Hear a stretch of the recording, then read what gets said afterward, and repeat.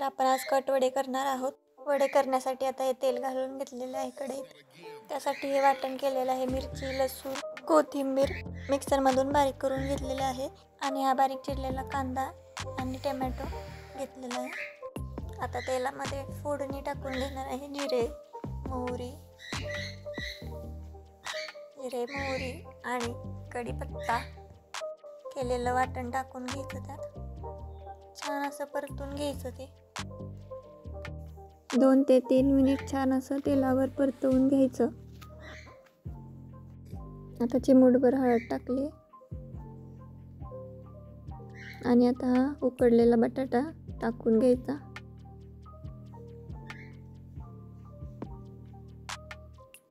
आणि याला हे चांगलं 2 ते 3 मिनिट परतवून घ्यायचं। सेम बटाट्याची भाजी करतो तशीच वड्यासाठी भाजी करून घ्यायची। आता चवीनुसार त्यात मीठ घालून घेऊया। आता बारीक चिरलेली कोथिंबीर वरून घालून घेऊया आणि आता ही वड्यांसाठी भाजी रेडी झालेली आहे। आता वड्यांसाठी पीठ मळून घेऊया। आता हे बेसन पीठ, तांदूळाचं पीठ आणि चिमूटभर सोडा टाकून घ्यायचा त्यात आणि चवीनुसार मीठ घालून घ्यायचं आणि ह्यात थोडासा ओवा टाकायचा। आता पाणी टाकून छान असं पातळ असं बॅटर रेडी करायचं। आता हे बॅटर रेडी झालेलं आहे, याला 2 ते 3 मिनिट भिजू द्यायचं। आता रस्सा करून घेणार आहे वड्यांसाठी। त्यासाठी हे वाटण केलेलं आहे, कांदा, लसूण, कोथिंबीर, खोबरं हे सगळं भाजून घेऊन वाटलेलं आहे। आता रस्सा करण्यासाठी हे पातेलं ठेवलेलं आहे, त्यात 4 पळी तेल घातलेलं आहे। फोडणी टाकून घ्यायची, मोहरी टाकली, जिरे आणि कांदा घालून घेणार आहोत।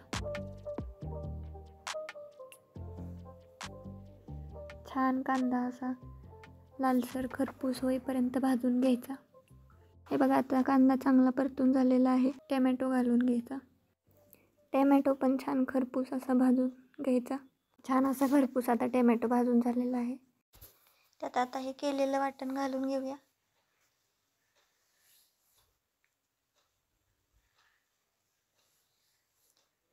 हे पण मस्त तेल सुटेस तोपर्यंत छान खरपूस भाजून घ्यायचं।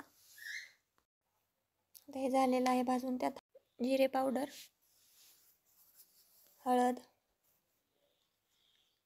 लाल मिरची पावडर,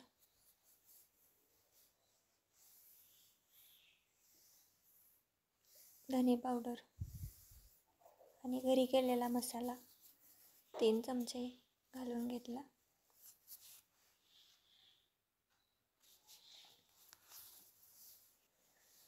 एक जीव करून घ्यायचं।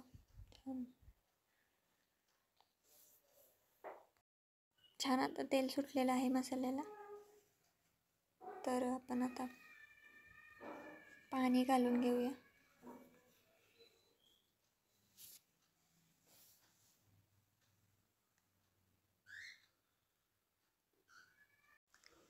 त्यात आता चवीनुसार मीठ घालून घ्यायचं आणि छानशी उकळी येतोपर्यंत मंद गॅसवर ठेवून द्यायचं। भाजी आता थंड झालेली आहे, तर त्याला असे गोल गोल आकार, कोणताही शेप तुम्ही देऊ शकता। आता हे सगळे वडे असे आकारात करून घेते। आता एका साईडला तेल गरम करायला ठेवूया। वडे आपल्याला तळून घ्यायचे आहेत। हे वडे तयार करून झालेले आहेत। आता ह्या केलेल्या वड्यांना बेसनच्या पिठामध्ये बुडवून घेऊन तळायला सोडून द्यायचे। असे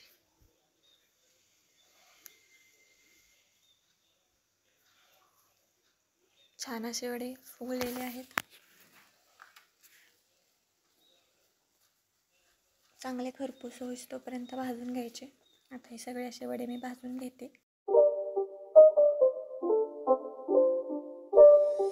It's not a game, it's a rich thing.